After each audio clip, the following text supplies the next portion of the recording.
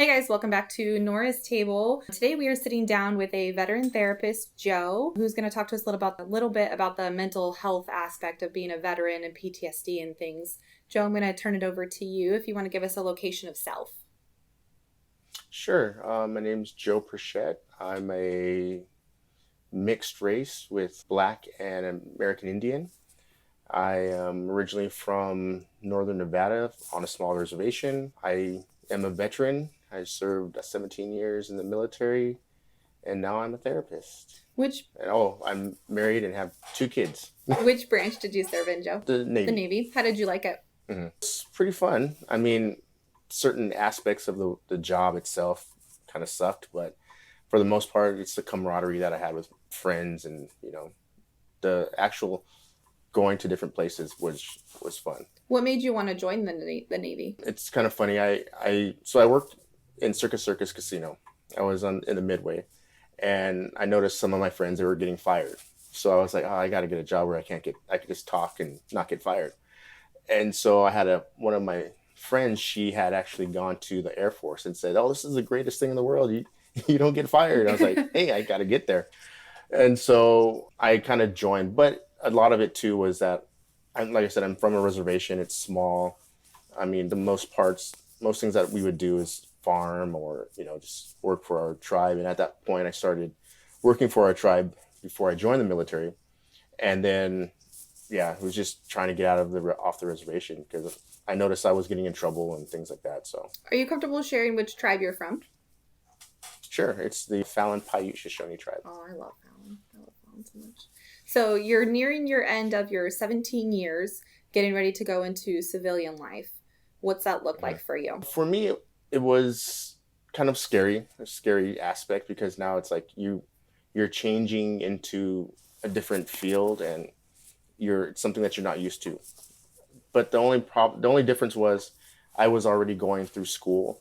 So while I was in the military, I did already receive my bachelor's and my master's. And so what I did is a lot of times people would go to military type schools, and you go to the military type school and it's still military kind of ran. And so what I did is I went to a civilian side of the school so I could be a regular person. And so what I found is that made it a little easier for me to transition out because now I was, used to wearing regular clothes, not calling everyone sir and ma'am, calling the bathroom the head, things like that, using different terms. It was a lot easier to transition and a lot better for me. So no one really knew that I was in the military unless I said something. Mm-hmm. So what made you want to it get was into kind of therapy? fun. With therapy, it was, well, originally I wanted to be a lawyer. And so I was going through school and doing political science and all that good stuff. And I had actually one of the professors in an Indian studies class, he started talking to me and said, hey, what are your plans? And I said, well, I want to be a lawyer and become a millionaire, of course. And he kind of laughed and chuckled. And at that point, he said, why don't you try therapy? Because he was actually an MFT, but he was teaching, Indian studies courses. And I said, well, what does that entail? What do you have to do? And he's like, well, you would sit there and talk with people and find out their information. I said, I don't really want to do that. That sounds boring. He's like, well, think about it. A lawyer does the same thing, but you're just trying to defend them or prosecute them. And I said, oh, I guess you're right. So when it came time for me to start looking at for my undergraduate, I started doing more sociology classes. And a lot of the sociology classes dealt with the environment and how it affected people's psychology. And so I was like, oh, I like this this type of thing. And so then I actually changed my job in the military from someone that does admin and like HR type work to I was actually a Navy counselor. Oh, wow. And so when I was talking with people, and in the Navy, I'm more of a career counselor that also has a little help with, family stuff. So I would talk with people and I was like, I'm kind of getting good at this. It's not, I'm kind of nice at this. So what I did is I ended up looking for a graduate level, position in counseling, and I found it and I did it, and I was like, this is great. I love it, and that was it. How long did it take you to get through school for therapy? Well, so it took me a year because it was like a not a new program, but a different program. It's a counseling program, but it's under like an education, but it's just the heading of an education, but it's a counseling job major. And that took me a year. And so I was still able to do my military duties while I was doing that. Then when I got out though, that's when I went for a doctorate, and now I guess I'm a social worker. So that one took me 2 years. So altogether 3 years. Okay. Talk to us about who your demographic is. Who are these veterans that you see or your clients? Well, a lot of them, they are veterans, and they range from combat veterans to non-combat veterans, and a lot of from what I see, a lot of it has to do with they. Some of them do have PTSD, and a lot of them have anxiety. Some of them were late diagnosed with ADHD, and so and they they didn't know that. And I've also seen some that were on the autistic spectrum, and they were late diagnosed with that too.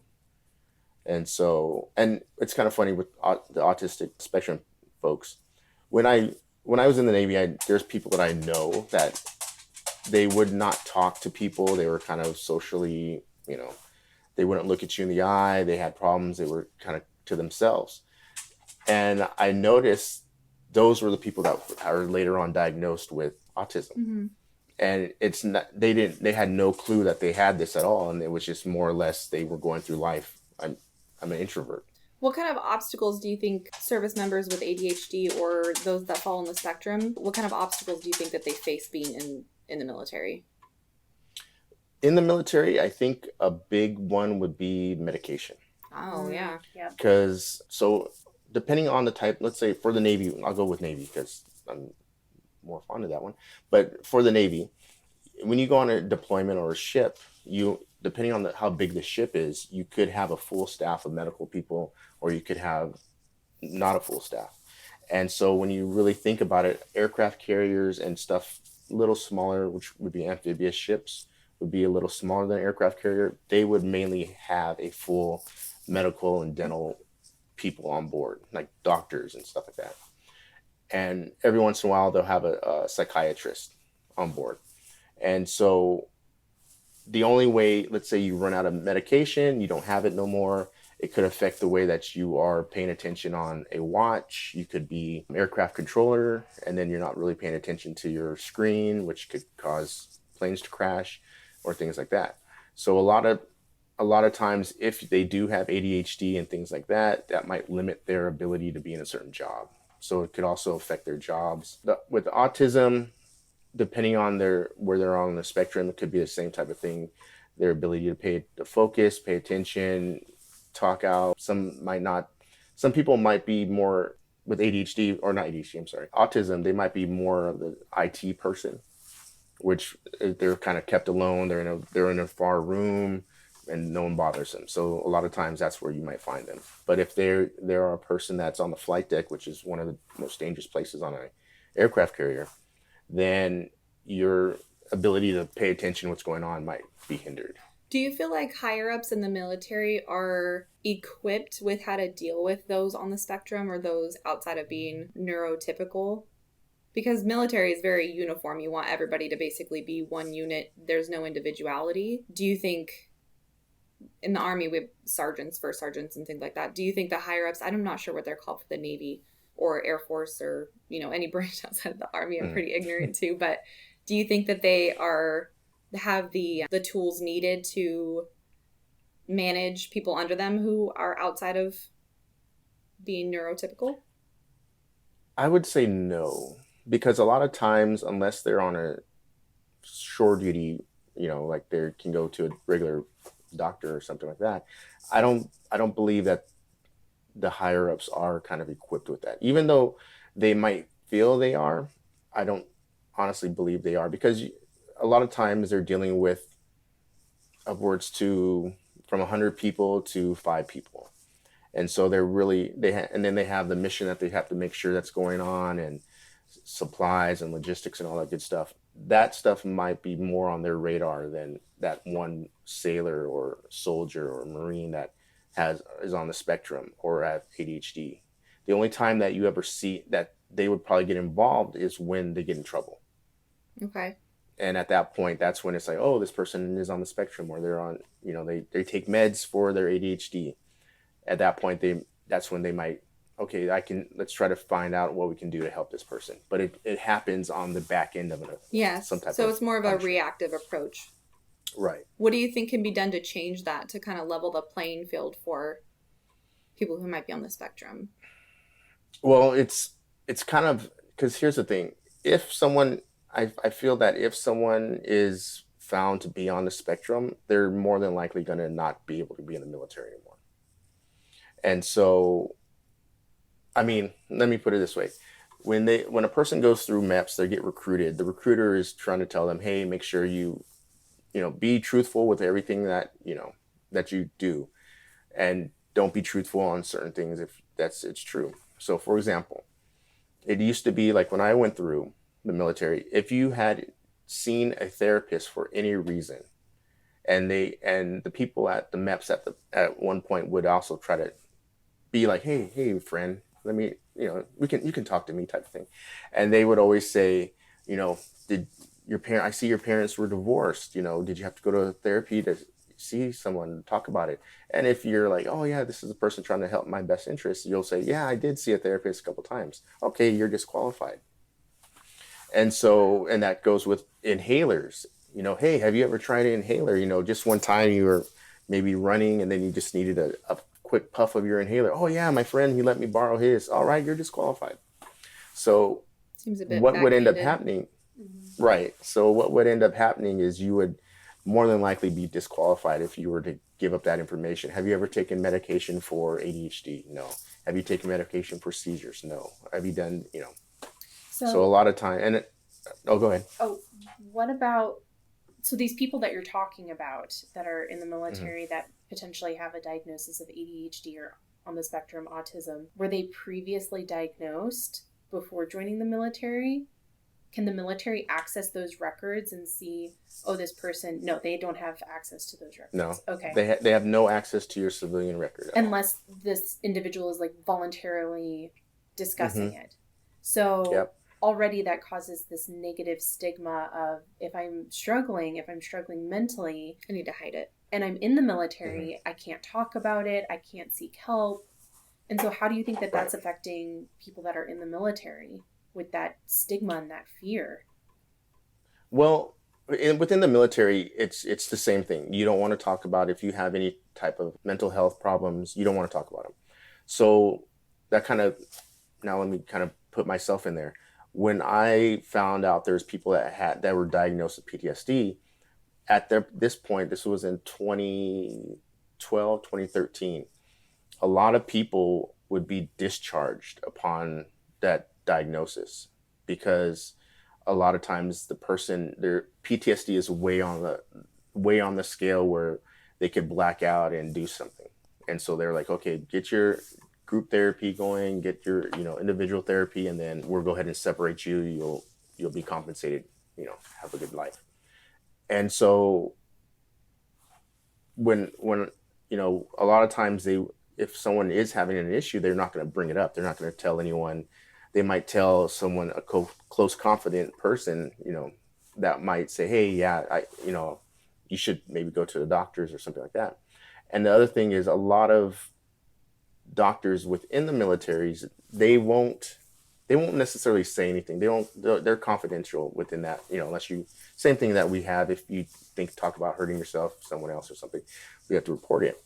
But the thing is they won't bring that information out. However, when it's time to become mobilized or move from one command to another command, your medical record does come into play because they need to make sure that you're healthy, either healthy for, going to a certain job or something like that. So that will come into play. So no one really talks about it. However, with that being said, there are outside entities that do help the military, and it's one source. They are a group of people that will help you get medical, or not medical, but mental health, talk to a therapist without going through your chain of command. It has nothing to do with the military, but they do help military get that access. So when I was going through my programs, I had to see a therapist. That was like mandatory before you talk with, you do your own therapy. So I went through that military one source to get with a therapist to talk about stuff, and they were like, okay. I even asked them just on that chance. So does this ever come back to my chain of command? And they're like, we don't even know who your chain of command is. Oh, that's amazing. I didn't realize that there was that resource out there. And they Yeah. they use your insurance as well? They bill your insurance? For therapy, it was free. You get, I think it was 10 sessions free. So the military one source itself will pay that therapist on their own. Do you think that So almost source like insurance. is well known? I mean, I don't think all the aspects of military one source are known, because a lot of times it's publicized as, hey, if your military spouse needs to go to school, use military one source, they can get scholarships and things like that. So I don't think a lot of people know the full aspects of what they provide. And so that goes back to the commands itself, is how often do they talk about things outside of the mission itself. So if you're an active duty military member, correct me if I'm wrong, the military almost kind of like views you as a liability if you talk about your struggles, right? If you feel like you've got some issues with PTSD or autism, that kind of stuff, so you just don't talk about it. Do you think that then that is relative to veterans transitioning to civilian life now still not wanting to talk about it or seek help? I think now though, the people that are getting out, they're more comfortable finding help. I don't want to say put that as everyone, but a good majority are now looking for help, and that's how I get connected with some of the military vets. They get tired of going through the VA, and then they just look for another person, because the VA, they don't really. I mean, I don't want to say they don't help. They do help, but it takes a long time.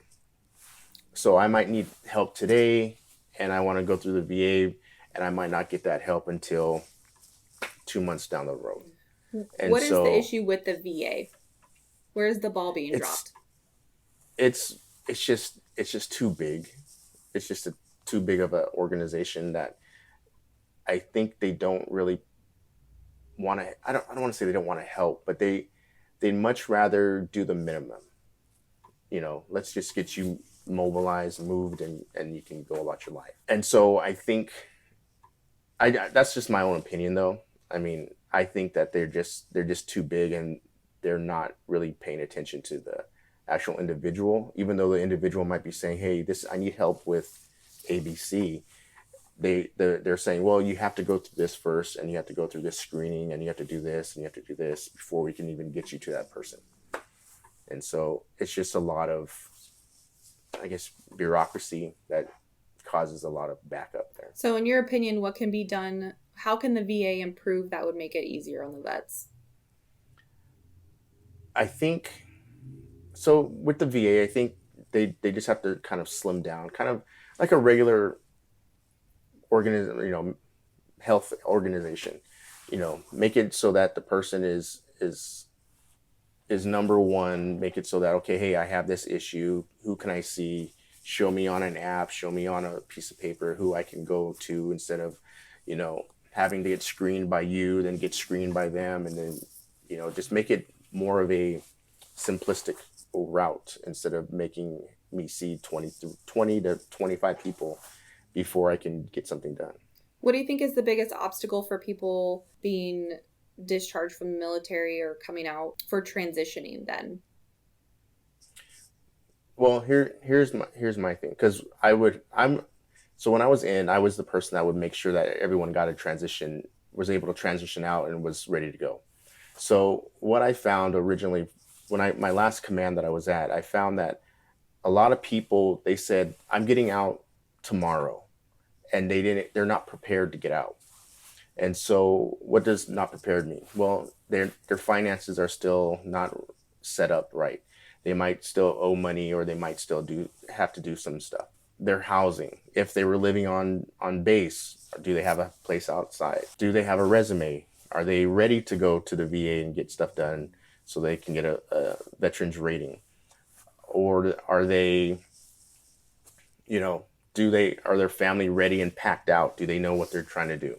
So what I found when I went to my first command or not my first, my last command, is that a lot of people would say, I'm just getting out. And then their chain of command would say, okay, see ya, get out of here. And they would go through, at the time it was called a transition assistance. I forgot what the P is. It's not program. Preparedness, I think it was. But it was a week's class that you would go through, and they would tell you how to do all this stuff. But the thing is, if you're ready to get out, you're really not paying attention, except to certain aspects that you think are the best part for you. And so what would end up happening is you go through this 1 week class, then maybe the following 2 weeks later, you're going to be out of the Navy. You don't remember what happened in the first day of that class. You might have a bunch of booklets or whatever, but you're not really knowing who to talk to or anything like that. So what ends up happening is those books go in the trash or in your garage, and they sit there forever, and then you struggle floundering trying to do certain things. So what I did is it was me and my chain of command, and I said, this is not working. I see people just floundering when they get out of the military. And so what we did is we would identify people that wanted to get out of the military a year prior to them getting out. And so what we would do is start getting them into that transition class. And then once they do that transition, we'll ask them again, hey, are you sure you want to get out? You got your finances? And then we would actually look at, from the day they get out, 6 months to see how much money they would need for insurance, for all that stuff. And a lot of times some people would change their mind and say, okay, I'm going to stay in. I'm not ready yet. The people that would continue say, hey, I'm ready to get out. We would end up starting their stuff, starting their VA package, making sure they've got all their stuff ready for VA, because VA is to get a rating for the VA is a long process itself. And we found that so right now I'm in San Diego. One of the places here, Camp Pendleton, they would, at the time, if you show up at 6 a.m, you would have your VA rating done at the end of the day. And so a lot of people didn't know that. And so I was like, hey, this is a great thing. You can get this done. But a lot of people are like, I just want to take appointments, not spend time on work. So I was like, okay, do what you want to do. But for the most part, we set up that year so then they can start processing themselves out. And what we found within our first 6 months is that, let's say we had 20 people, at least 15 were saying, I'm still getting out. But within those 15 people, 10 of them were prepared to get out by the time their date was done. They knew what to do. They were already ready to moving their stuff, because the Navy will pack out your stuff and move it to all branches do this when you get out. They'll move you wherever you need to go. And so they were ready to do that. Their housing on the other side was great. Their finances were great. The kids, if they were in school, they already knew where to go and all that kind of stuff. So for medical purposes, they knew what medical facilities were in that area. If they were using the VA, if they're using civilian sectors, then they knew this already. The 5 that weren't ready were usually single people. And what we found is that when they were single, they were just like, I can still wing it. I can do whatever I want. I can couch surf and all that kind of stuff. But what ended up happening is maybe closely to when they were supposed to get out, they would say, change your mind. And then we'd have to process them back in. So, but we found that a year and a half would probably work a little better, but for logistics reasons, I couldn't do that. So a year was my time. But what we found is that with that year and a half or a year of already getting in that mindset of, hey, I'm getting out of the military, they were already ready to get out. And they were much more prepared. They were enrolling in school a lot easier. They weren't having as much problems as you see, like the news shows you and things like that. And it really comes down to the actual last command that they're at and how they can help them. I'm really glad to hear that you guys have kind of transitioned to a year of preparedness, because I feel like I identify pretty neurotypical, and a week-long classroom sounds overwhelming to me. To try to cram that much information into a week, I wouldn't remember the first couple days either.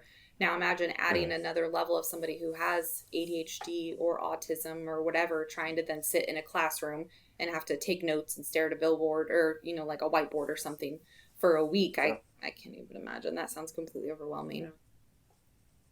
Yeah. How And long does like the I said, military give you if you're living on base and then now you're getting mhm, out? How long do you have to find off base housing? that day. You have a day? So yeah, that whatever day is your out day is usually that you have to be out of the barracks Wow. if you're in barracks that time. How Or if you're in military housing is different though. If you have like a family, they'll give you the end of that month. But So if you're a still, single that's person and they're like, "Hey, you're getting out tomorrow," you have until the day after tomorrow Hmm. to find housing. wow. Yeah, because logistically, it's easier to get rid, but to get rid of a single person than it is a person that has a family. But still, even a Because more than month for a family to find a yeah, location so that's is. why a lot of times that's why I when I would talk with people, I'm like, we have it was like I think it's 5 page, spreadsheet of everything from housing to school. Hey, are your kids in school age? Have you looked at the schools in that area? And stuff like Do that. you think this has any correlation to the homeless population that we have that are veterans? Well, with the homeless population, I see them. I don't. Let me put it this way: I don't see too many younger military veterans that are homeless. The majority of them are much older, and a lot of them do have co-occurring disorders. Either alcohol or drugs, along with you name it, with mental health, right? And so what I've seen, well, let me put it this way: there's stages within the military of mental health. So you have the Vietnam War veterans, and a lot of them, when they left, no one really wanted them. They were just like, okay, just kick rocks. We don't. You're not part of society. They Some of them did come back, and they have, like, you always heard, like, in the movies. I have an uncle that had shell shock. That was really his PTSD. And so a lot of them, they'll end up going out in the streets, living on the streets, and becoming homeless. Now, when you go to the Gulf War era, they were like, hey, we saw our Vietnam veterans, failing when they come back. So let's do some testing to make sure that they're able to come back into society and be all right. So what you would see is that the military was trying. They would end up saying, okay, let's try to get you some help ahead of time, and then we'll kick you out. And so they were like, all right, just like they kick them out, they might get some money, but they're still homeless. Now, Gulf War II time frame, they're not too much. You won't see too much, but they were a little bit more helpful. They were like, okay, that would be my time actually. So we would actually get told, like, questions that were coming up on our screening for mental health from when you leave the Gulf area, and they would say, okay, if you want to get kicked out, you can. And this is what they would say: if you want to get separated, you would let them know that you have bad dreams, let them know that you're having night sweats, night terrors, things like that. And if you don't, just say no on everything. So of course, sailors like, I don't want to get kicked out, so I'm going to go ahead and let them know I'm good to go. And so you go there, they'll screen you. Okay, they usually screen you 30 days after you come back.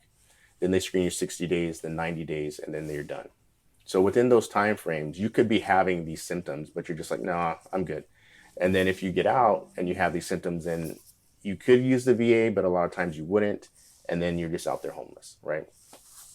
But today, I think the younger crowd, I think a lot of them are kind of pretty good on what to do. And because they've seen so many years of failures, right? So now it's like, okay, I know when I get out, I know I need to, get my money affairs in order. I need to talk to the VA. I need to do this. And so I won't become homeless. I have mental health issues, so I'm going to talk with the VA.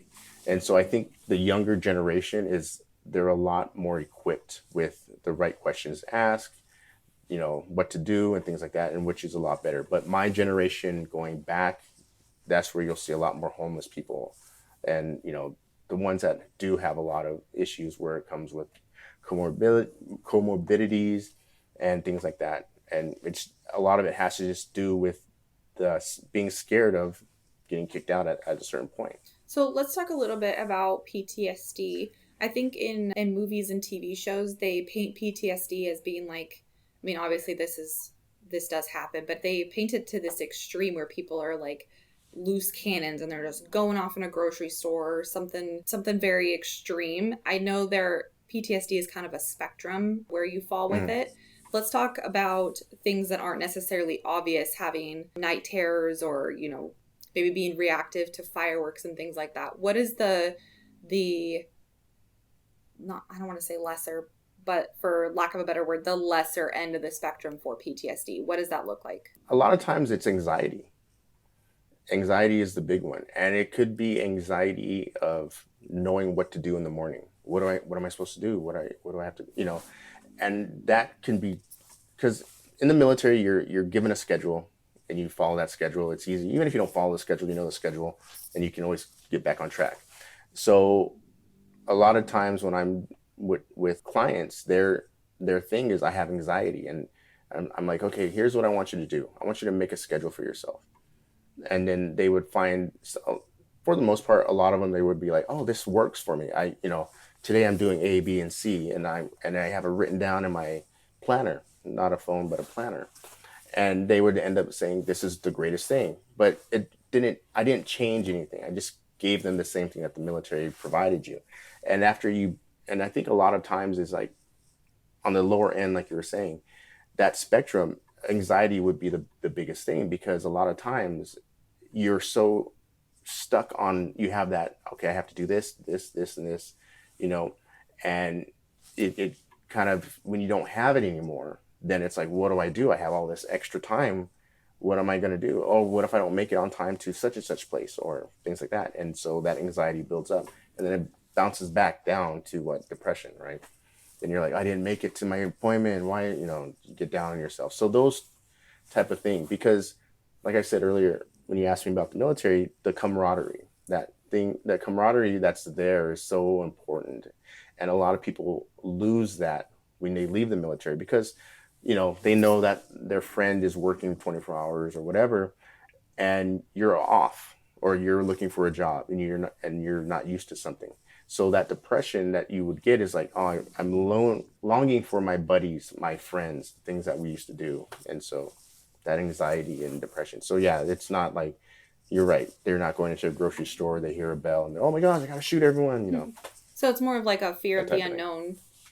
Like every day you wake up, you know exactly where you're going to put on. You know exactly where you need to report, what your job is. You know what time meal times are. Then you go home and that's your free time. But if you don't have an itinerary or a schedule, it's like every day there's going to be unknown variables, and you don't really know how to prepare for that when before your entire day was planned out for you. Mm-hmm. So how do you cope with PTSD? So you have a client that comes in, says, I have PTSD, I have severe anxiety, I don't know what I'm supposed to be doing. Aside from the itinerary, what else can they be doing? A lot of times that's it. That's the biggest one.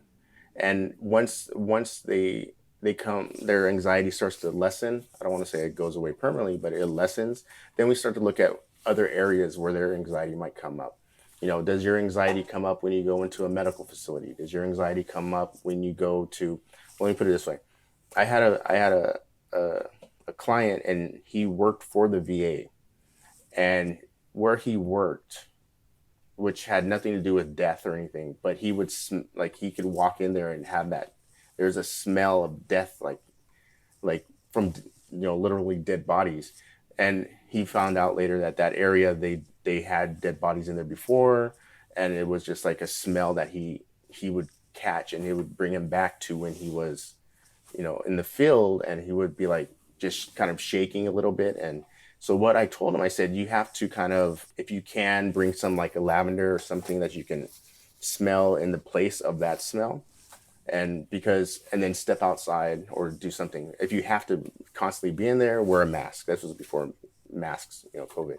So wear a mask, so then it kind of hides that smell. And he said that works pretty good, but it's just if he's never been in there and he smells it, then it's like, okay, what's going on here? So a lot of times it was just like, okay, you have to step outside. Let's start doing some mindfulness. You know, how do you feel? How does your feet feel? Feel all the way up to the head. And a lot of times that does work for them. But for him, he did need medication. So he got hooked up with a psychiatrist also. And then he was also helped with medication. Do you think being able to take medication on deployments and things would help those that need it? I mean, I feel it's kind of an obvious question, but how much of a change do you think that could make for them? I think it would make a lot of change, but I'm I can see why they would not be able to let someone go. Because let me give you an example. I was on a deployment. I was on a smaller ship. The day that we left, I forgot my PlayStation cord for my PlayStation. I had my wife send it to me. And this is a 7-month deployment we were on. I didn't get it till 3 months into the deployment.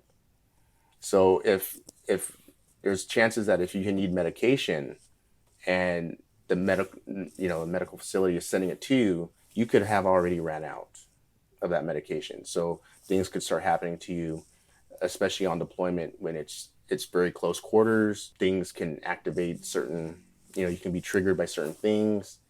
And so in that time frame, medication would be necessary. And unless you're on a big platform like an aircraft carrier or something of that nature, then I could see it being okay. But if you're on a smaller ship or your job is to be on a smaller ship, then you might have to either switch jobs, which is possible, or they would end up kicking you out.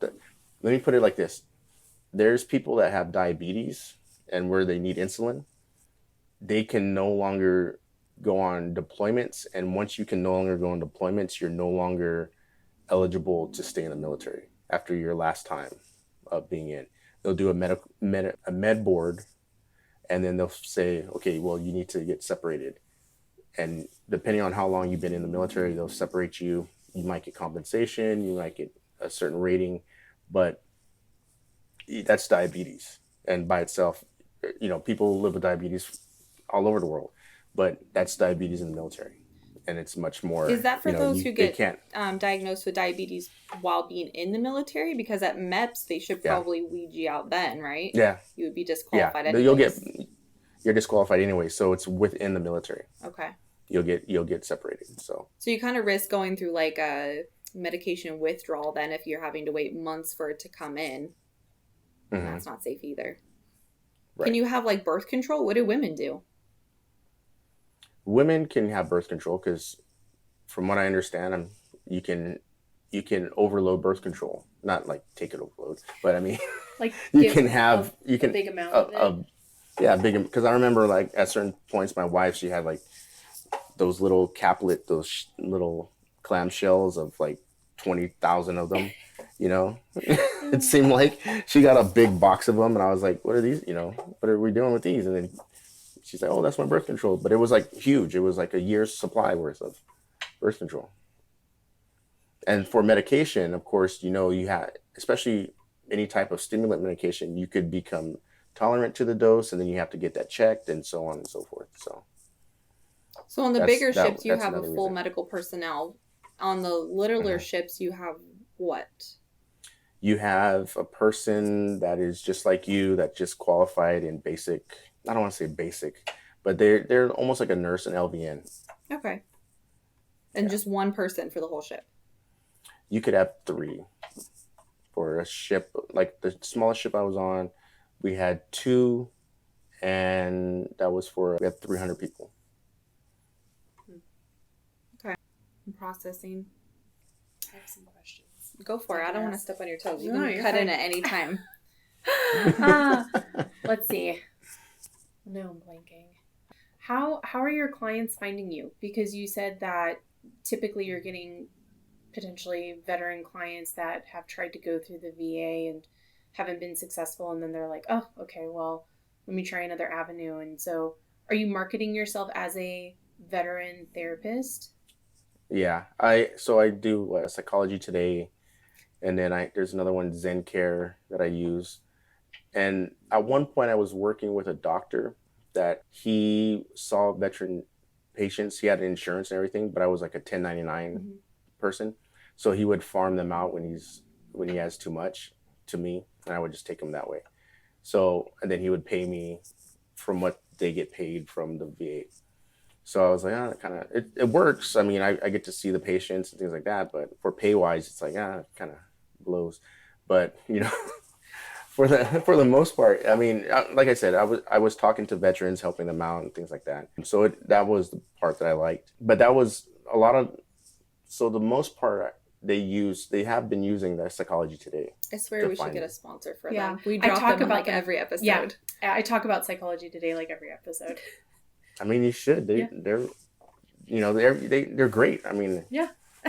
In a previous episode where we were talking to Adriel, he said that it made a big difference for him as somebody who identifies as queer and he's also biracial to talk to a therapist who was also queer and biracial.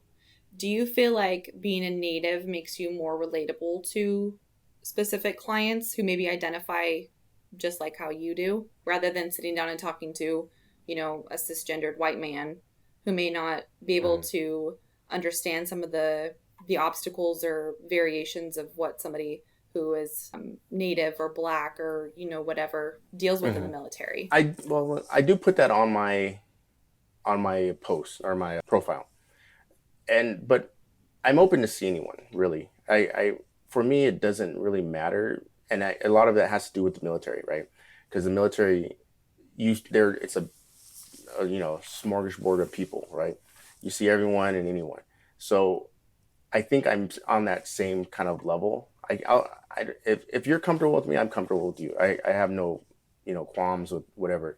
In fact, I've seen people that are, bi and then along with straight. But the thing is, the way that I see it is that a lot of people, as long as you're talking with them and you're listening to them and you're kind of validating what they're going through, I think that's all that really matters. I could be a green Martian for all that matters, and as long as I'm talking to you and you're comfortable with me, we should be good, Mm-hmm. And so I understand that, though people look for that because they say, oh, well, this person might have the same experiences that I've had in my lifetime, and I've also found that's not true. I've talked with, because like I said, I'm part Black also, and people will ask me, hey, you're part Black, and I'm like, yeah, but I was raised on a reservation. And they're like, oh, really? And I said, but my uncle was Hawaiian, And so they're like, oh, well, what does that mean? I was like, nothing. And I said, because the things that I've experienced in life, you may never have experienced, and someone else may never experience. And so for me, it's like, can you hear me? Can you listen to me? Can you, help me with what my problems are? And so for me, like I said, I do put that on my profile just for the clients, so they can say, okay, I think I'm going to be comfortable with that person, because let me put it this way, my experience on the reservation might not be the same as another Native person that is on another reservation. Do you have any military experiences specific to your race? Has anything happened because of your race? No. That's good to hear. Mm-mm. I like that answer. I mean, honestly, let me put it this way. The only thing that I've done because of my race actually is so the military does a lot of those Heritage Month things. And I noticed that in November, which is American Indian Heritage Month, no one does anything because there's not enough Natives to do anything. So I was like, you know what, I was on shore duty at the time. I said, you know what, I'm going to do something. I'm going to throw something together. So I did, and that was the first time that it had ever happened.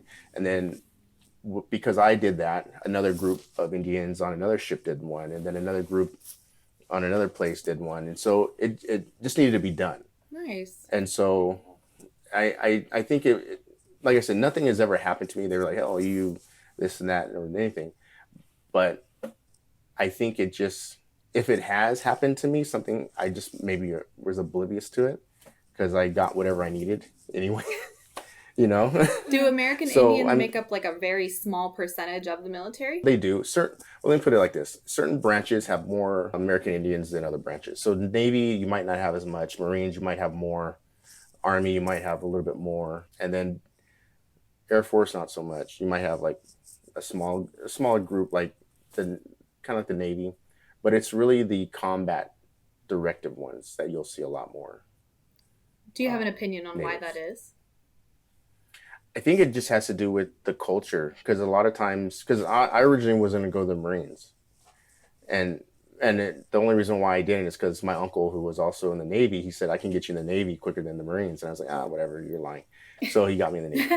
So, but I think a lot of it has to do with the aspect of, so Native American culture has a big kind of like, you have to have a warrior's thoughts, right?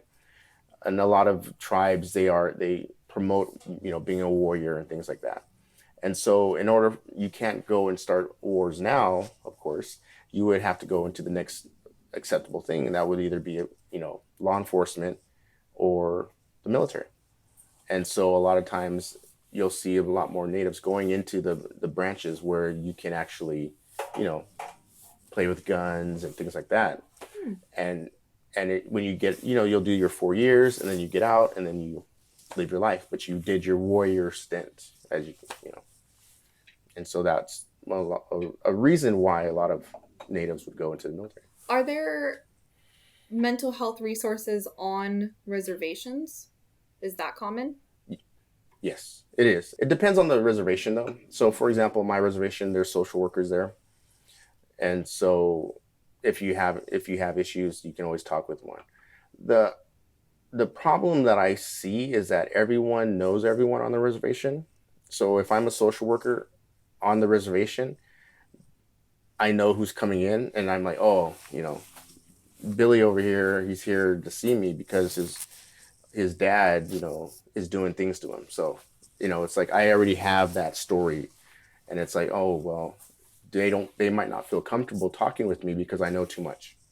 Or another thing is we might be related, So those are things. So when an outside entity comes in, I would think it's a little bit better if you're not part of that tribe or part of that reservation, because then you're getting the story from that person, and not necessarily I already know the story, I'm going to pass judgment on you type of thing. Do you feel like it would be hard to stay non-biased and stay neutral if you know that somebody that's coming in, if you know their family or their home life, stuff like that? Like, where do you separate the two as a therapist? I think it would be somewhat hard to do that.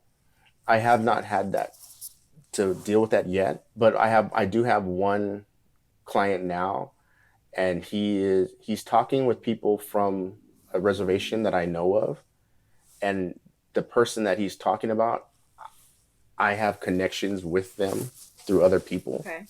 And so for me, it's like, oh, I know people that know him, Okay. And so for me, I keep that. I don't really pay much attention to that because it doesn't have to deal with that person, a lot. But for the most part, I do say, like, oh, I know about that area, or I know about this, but I don't bring my 2 cents into where it comes to play with him and that relationship with that person, because I don't want to kind of poison that relationship that they might have, with my thoughts on a certain person or something like that. Is that something that's taught in school to be a therapist? Is like how to separate, personal from business? From business? Well, from being a therapist, like your professionalism, Absolutely. Separate it from your personal, what you know about somebody versus what they're telling you. Well, that, and also your own personal biases. So what I personally believe, what my upbringing may be, what my spiritual beliefs may be, if somebody is sitting in front of me, I provide to them unconditional positive regard. I'm helping that individual achieve their goals. I'm not pushing my own agenda onto that person. And then a therapist should know, based off of how their personal biases are, if there's a certain population of people, or even if there's just one individual where they're just like, you know what, I am not a good fit for you. And you have to refer that person out, that client out, for their benefit and for your own benefit. Just because if there's something clashing, if you have your own trauma and somebody comes in and you relate to their trauma and it's affecting how you're providing therapy, you have to refer that person out, if that makes sense. Yeah. Can you share with the listeners a little bit about how they teach you to do that? How you're supposed to keep like a clear mind and stay focused on what's being told to you rather than what you know? How is that told? Like, how is that taught to you in school? We have a code of ethics that we follow. Okay. And so it belongs to that code of ethics where it's something that's kind of ingrained in us. And every several years we're having to update our licenses anyways. And a lot of times what's required is an ethics course. And so every few years, it's probably every 2 to 3 years, we're having to review those ethics over and over and over again. And so it's something that we adhere to as professionals in the community of helping other people. So kind of like how MDs have like their Absolutely. do no harm Yeah. code. Absolutely. Okay. Mm-hmm. Joe, have you ever had a case that you felt like you needed to refer out because of just not jiving with a client? I've had I had one, and when I would talk with them, it was almost I was trying to, let me put it this way. Every time I would talk with them, they would end up saying, "Oh, everything is great. You know, I'm having a good life," and yada yada. I said, "Well, why are you here then?" And so I kind of have a face that kind of shows what I mean. So when I was talking to them, I try not to do it, but they were like, "Oh, I'm having a good life and everything is going great." I'm like, "But what are you here for then?" And then they were like, "Well, I need to talk with someone because I'm having issues of loneliness." I'm like, "Well, you just told me that you know, every time I ask you what's going on, you don't tell me anything." And so we would go back and forth. And so at this point, I was kind of like, I got to probably refer this person out because they're not comfortable with me or they're just not ready for therapy yet. And which could be a big thing, right? And so as we were getting ready to, like, my hour was almost up, I said, "You know what? I think I'm going to have to refer you out." And they're like, "Why not? I'm doing great." I said, "No, you haven't done anything. We're just going in circles." And I said, "The goals that you have, I haven't even got to how we can help you with that because you just keep telling me you have a great life. Everything is going good. So if you have a great life, I can't help you. I can make your life worse. That's about it." And so at that point, that's when they're like, "Oh, this is the reason why." And they started opening up. And I was like, darn it, I wanted to get rid of you. You know? So with them, it was kind of an issue of like non-vulnerability. They're not really willing to kind of dive in. Is how you open up to new clients, does that change based on whether somebody's a veteran or not? For new clients, No. what's your process? I do a consultation with them, you know, kind of get to meet them. And that's really the point where I'm going to say, yeah, I can help you, or no, I can't.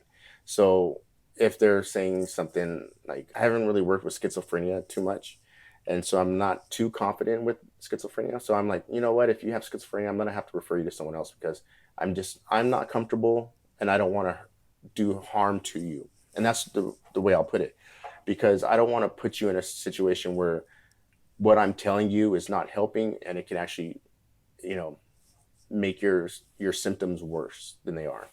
So it's usually that consultation that'll help. And even then the client might even say, "You know what, we're not going to be a good fit." And I'm like, "Okay, no, you know, no harm, no foul." Have you known anyone in the military to have schizophrenia? On the way out, I noticed they have schizophrenia. And one guy, it was schizoaffective disorder he had. And that had a lot of placement with the PTSD that he was also having. So it came to, because he went to Guantanamo Bay and he was dealing with a lot of stuff over there. And like he was let me put it this way.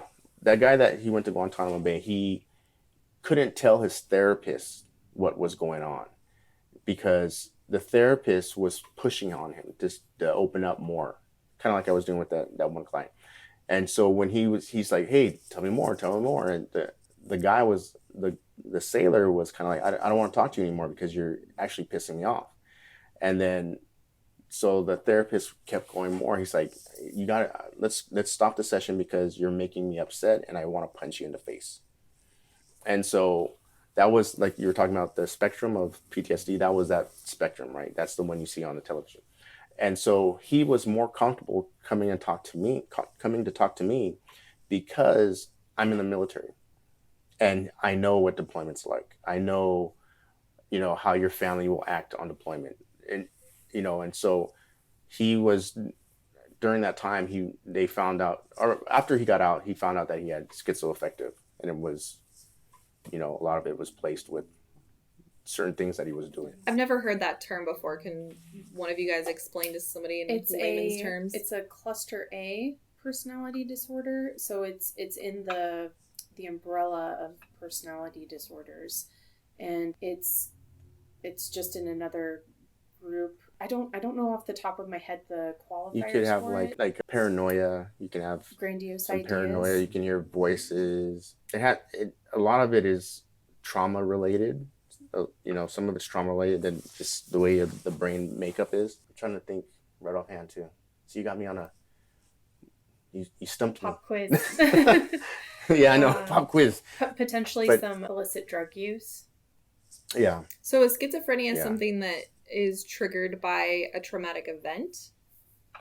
Or is it something you're born with? I think it's potential, but I also believe that there's a biological factor with schizophrenia. A lot of times there's something in genetics that predetermines that you're more likely to be diagnosed with schizophrenia. I wonder how that plays out in the military. If you're hearing voices and things, I can't imagine how that would feel when you're in an environment where you're supposed to just be like everyone else. Yeah. You wouldn't do too well. Right. Especially depending on where you're at. So if you're in it would heighten your symptoms would become heightened depending on if you're like boots on the ground type of person, because you're there to watch everything, and if you're hearing noises, you're hearing voices, that's not gonna help you out too much. Imagine the paranoia is probably intense. Right. Because let me put it this way. I think it was the Suez Canal. We were taking our boat through, our ship, and at certain points we have to be ready to shoot in case because you're going through a canal, and then there's people armed on top of the canal, and at any point if something happens, then you have to be able to shoot. So going through that is already nerve-wracking enough, but if you have any type of mental health problems, then that's gonna heighten those senses, be even more paranoid, and but a lot of there's people that have attempted suicide in the military, and you've heard that stuff on the news, but I've had one person that I know of, and I had to take him to the hospital type of thing, and he was attempting suicide, and he couldn't touch a gun. He couldn't be anywhere near a gun at all. So anytime he was near a gun, they were like, okay, you gotta go this way. So but they kept him on. They said, okay, you had a suicidal tendency. You're not going to be kicked out of the military, but you just can't be around certain things. And I think suicide for the military is easier to deal with than something that was ongoing. And they don't look at it as you were depressed, so that depression could be a permanent, something that you have a long time. It's like, it's just you had suicide, and that's it. And you're not suicidal anymore. I find that interesting that being on the spectrum or having ADHD would be reason to disqualify someone or to have them discharged, because essentially you're a liability or whatever, not being able to focus when you need to. But having a weapon be a mental trigger would not be a liability. Right. That's interesting. Yeah. Well, let me put it this way. I knew someone when I was at another command, and so in the Navy you take exams, right, to be advanced. And so this one person, they would take an exam and not get advanced, and then within the 2 or 3 days of the advancement results coming out, they would say, I'm going to commit suicide. And so when they said that, they said it to a person that has to go and call the hospital. They take her to the hospital, they do the checks, they keep her in the hospital for, I think it was 48 hours. They find out, okay, you're not suicidal, you can go home. But then when she comes back to the command, she kind of gets the attention. Oh, are you okay? Everything's going good. And so when I got to that command and I found this out, I was kind of like, this person how often does she do that? And they said that she did that every advancement cycle since, let's say, like 3 years.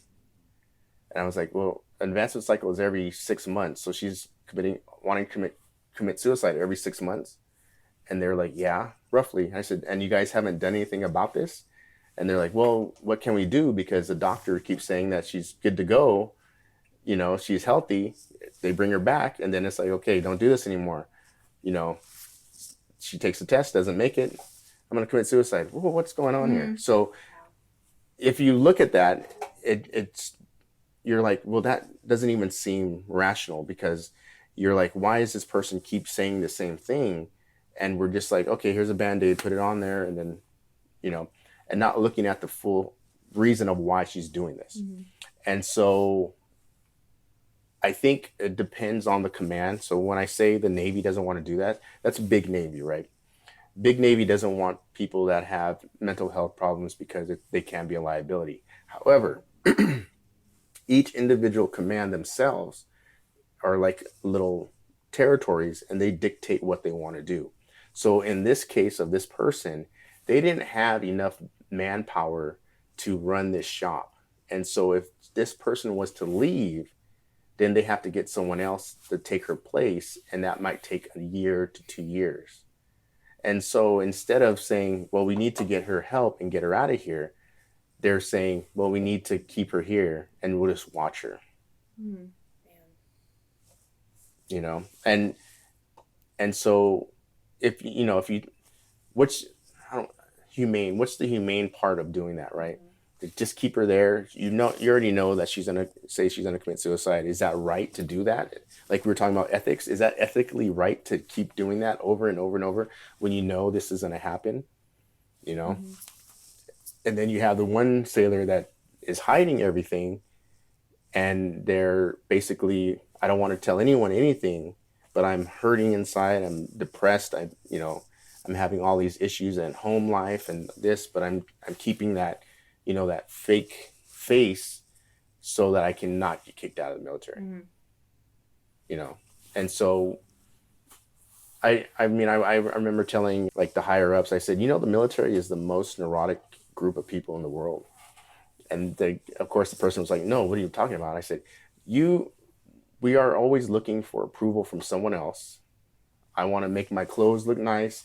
I want to, make sure everything is good because I want your approval, because you're going to write me a good evaluation. Or if I am the best person in the command, then I have to keep that composure. Even though I could be having a bad day, I still have to be happy and, the best guy in the world, but I'm depressed when I get home. I'm drinking, a bottle of vodka every day. I've come to work, but I'm still keeping that look of I'm the best in the world. And that's what happened. And I end up, going into a super low state, and I, commit suicide. Yeah, you have to basically be on all the time, or you have to mask what else is going on in your life for presentation. Right. Did you have any other questions? All right. Did you have anything else you wanted to say, Joe? No, this is just a great platform you guys are doing. I've listened to your other stuff. Well, thank you. And I was like, oh, you guys are doing great. Thanks. We appreciate that. Yeah, we appreciate you coming on and being a part of this and helping bring awareness to this community. Joe, what are 3 things you do for your mental health? What I do for my mental health, I do jujitsu. That's a good answer. So I do that. Cool. I do that daily. So choking people and trying to break limbs. That's always a good way to release stress. I ride. I have bicycles. I ride bicycles, and then I just go outside and play with my kids. Nice. That's about it. I like that. Yeah. That's great. All right, Joe, well, thank you for sitting down with us. Everybody go check out our Instagram. It's at Nora's Table Podcast. Same with Facebook and YouTube. And special shout out to Ignis Umbra, where we are recording today. And we will catch you guys next time.